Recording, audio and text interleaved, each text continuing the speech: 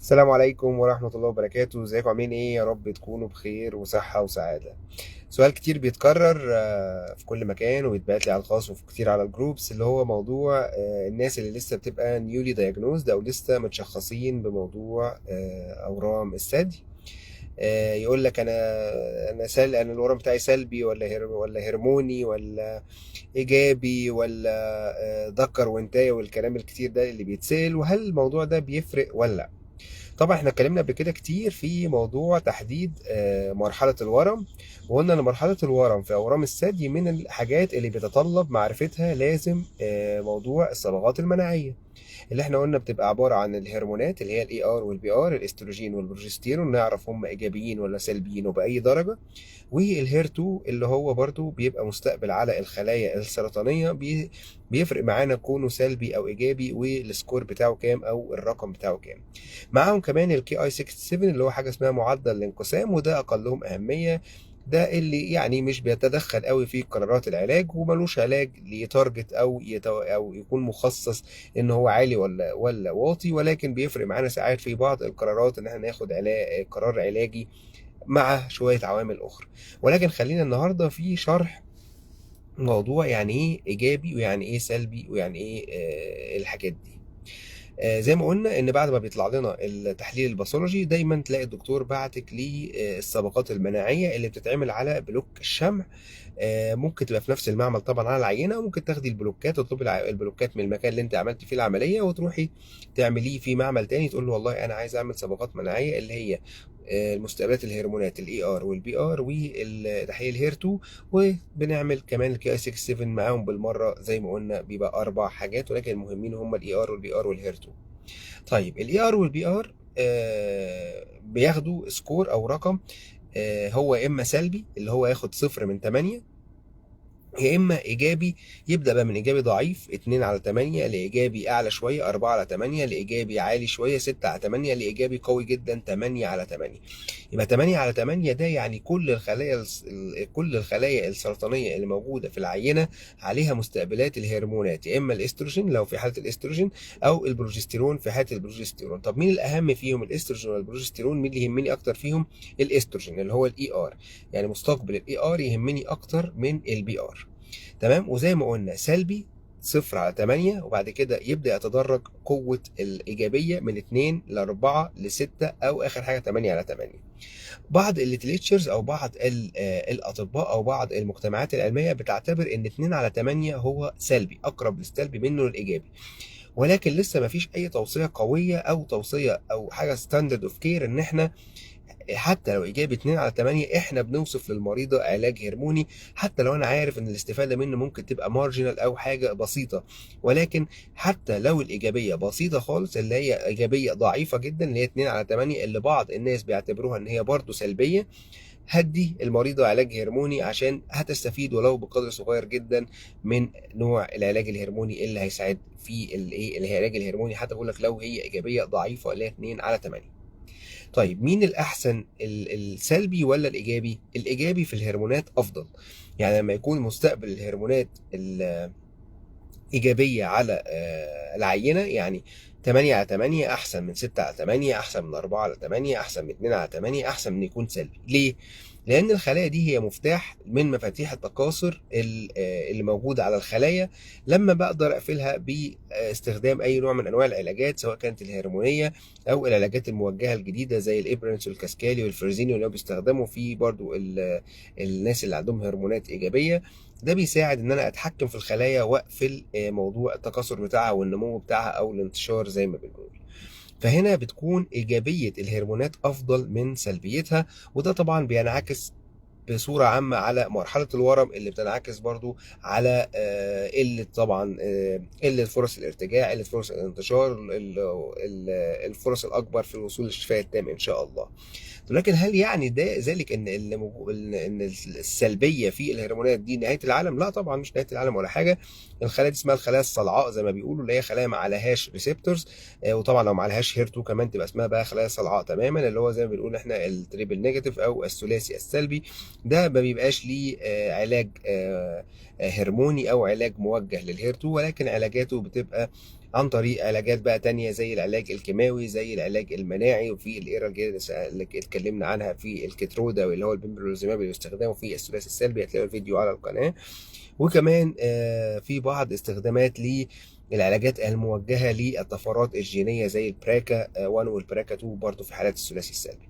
نرجع لموضوعنا وموضوع الاي ار والبي ار. زي ما قلنا كده، يبقى الايجابي افضل من السلبي، والاي ار عندي اهم من البي ار اكثر شويه. طيب الهير 2 بقى، الهير 2 بنديله سكور او بنديله رقم للايجابيه من اول صفر ده سلبي، وبعد كده واحد واثنين وثلاثه. زي ما اتفقنا وشرحنا كذا مره قبل كده ان صفر ده سلبي، واحد بيعتبر سلبي، ثلاثة إيجابي خلاص لا نقاش فيه. وبعد كده هندي علاجات موجهة، علاجات موجهة زي التراستوزوماب اللي هو الهيرسبتين، أو البرتيزوماب اللي هو البرجيتا، أو الكاتسايلا، أو أي نوع من الأنواع التانية اللي بتتعمل أو اللي بتتوصف لقفل ريسبتور الهير 2، اللي هو برضو من المفاتيح اللي بتؤدي إلى تكاثر الخلية وانتشارها وكبرها. ولما نقفله طبعا بنستفيد إن احنا بنقدر نسيطر على نوع الورم ده. طيب الهير 2 زمان كنا بنقول صفر وواحد ده سلبي، دلوقتي لا، واحد ده خرج من كونه سلبي واصبح ان هو ايجابي ضعيف. هل ليه علاج معين؟ ايوه بقى ليه علاج معين زي الفايم اللي هو نوع جديد من انواع التراستوزوماب او الهيرسبتين، ولكن مركب عليه شويه تركيبات او تعديلات تانية بنستخدمه، ولكن لسه مفيش استخدام ليه في الادجوانت تريتمنت او اللي هو العلاج الوقائي، ولكن بيستخدم في الميتاستاتيك ديسيز او العلاج المرحله الرابعه اللي عندهم الهير 2 بلس 1 اللي هو ايجابي ضعيف. لقوا ان هم بيستفيدوا من العلاجات الموجهه، علاج معين موجه كده اللي هو الجديد اللي قلنا عليه ده، اللي هو التراستوزوماب المعدل او الهيرسبتين المعدل، بيستخدم في الناس اللي عندها هير 2 ايجابي ضعيف اللي هو بلس 1. لكن بلس 1 ما تهمناش في العلاج الوقائي او علاج حتى ما قبل العمليه لغايه دلوقتي، ولكن قد تظهر نتائج لابحاث اخرى تقول ان احنا حتى البلس 1 بيستفيدوا من بعض العلاجات الموجهه، لكن لسه ده ما ظهرش. يبقى بلس 1 مش هيهمنا لو احنا بناخد علاج وقائي او حتى علاج ما قبل العمليه، العلاج اللي هو النيو ادجفنت. اما لو او ثلاثه، اما لو ثلاثه خلاص ده ايجابي، لازم المريضه دي هتاخد علاج موجه على اختلاف انواعه بقى، سواء كان قبل العمليه او بعد العمليه، سواء كان علاج الوقائي ما بعد العمليه او العلاج التحضيري اللي هو بيبقى قبل العمليه، سواء كان النوع ده بقى هيرسبتين او برجيتا او كاتسايلا او اتنين مع بعض او اي حاجه. طيب الهير 2 بقى اتنين اتكلمنا عليه قبل كده كتير، وقلنا الاتنين ده اللي هو احنا متحيرين هو اقرب للايجابي ام اقرب للسلبي، فبنعمل عليه تحليل اسمه فيش او سيش، وده تحليل صبغات مناعيه اكثر دقه، بيبين ان كان هو اقرب للايجابيه فهنعامله معامله الثلاثه، كم هو اقرب للسلبيه فهنعامله معامله الصفر والواحد. وبرده هنعامله زي ما اتفقنا بقى ان هو لو اتنين اقرب للصفر والواحد او اقرب للسلبيه، خلاص كده مش هيهمنا في حالات العلاج الوقائي او ما قبل العمليه. اما لو هو اقرب الى السلبيه ولكن المريضه في مرحله رابعه مثلا كده، لا هنعامله معامله اللي هو الايجابي الضعيف، ونبدا نديله علاج موجه الى جانب العلاجات الاخرى. طب الهير 2 ريسبتور او مستقبل الهير 2 على الخليه اللي هو الضلع الثالث من الثلاثي الايجابي او الثلاثي السلبي اللي هو مع الاي ار والبي ار والهير 2 عاملين الثلاثي، يبقى الهير 2 ايجابيته أسوأ من سلبيته. يعني الهير 2 لو ايجابي، لا انا ما احبش ان هو يبقى ايجابي، احب ان هو يبقى سلبي شويه. ليه؟ لان وجود مستقبل الهير 2 او وجود باس واي او طريق الهير 2 مفعل في الخلايا السرطانيه، ده بيخلي الخلايا اكثر شويه قدره على الانتشار او الكبر او كده. فطبعا انا هقفله بقى بالعلاجات الموجهه، ولكن عدم وجوده افضل من وجوده، فهنا السلبيه افضل من الايجابيه. يبقى نلخص الكلام بان ايجابيه الهرمونات افضل من سلبيتها، وكل لما كانت قوه الايجابيه بتاعتها اكتر كل ما كان افضل. وسلبيه الهير 2 افضل من ايجابيته، وكل لما كان طبعا ضعيف في السلبيه، يعني صفر خالص احسن من بلس 1، احسن من بلس 2، احسن من بلس 3. يبقى سلبيه الهرمونات يبقى عشان ما نتلخبطش، ايجابيه الهرمونات كويسه، سلبيه الهير 2 كويسه. دي العوامل الافضل او العوامل الكويسه ان احنا يبقى عندنا الهرمونات ايجابيه وايجابيه قويه، يعني 8 على 8 او 6 على 8، ده افضل شيء. وان الهير 2 يبقى سلبي، اللي هو يبقى سكور بتاعه صفر، ده افضل شيء. يعني لو واحده دلوقتي عندها اي ار وبي ار 8 على 8 وعندها الهير 2 صفر، وكمان عندها الكي اي 67 اقل من 20، ده يبقى تمام جدا. ده افضل خصائص او افضل تحليل احسن نتيجه صبغات مناعيه تطلع لي، ولا ابقى انا فرحان بيها وابقى متفائل جدا ان شاء الله. طيب هل معنى ذلك ان النتائج الثانيه او الثلاثي السلبي او حتى كي 67 100% ده يدعو للتشاؤم او يدعو ان العلاج مش هيجيب نتيجه او يدعو ان هيحصل ارتجاع او هيحصل انتشار؟ لا ابدا، مفيش حاجه كده خالص. ولكن ده اللي بيساعد الطبيب ان هو يوصف لك خطه العلاج المثلى او خطه العلاج المناسبه. يعني لو في ديفكت في حاجه او في مشكله في حاجه، الهرمونات سلبيه، الهير 2 ايجابي، الكي اي عالي، هتكه شويه في العلاج الوقائي او هتكه شويه في العلاج ما قبل العمليه، واديكي علاج وقائي كامل او كورس شديد شويه ان انا امنع تماما موضوع الارتجاع او الانتشار لا قدر الله.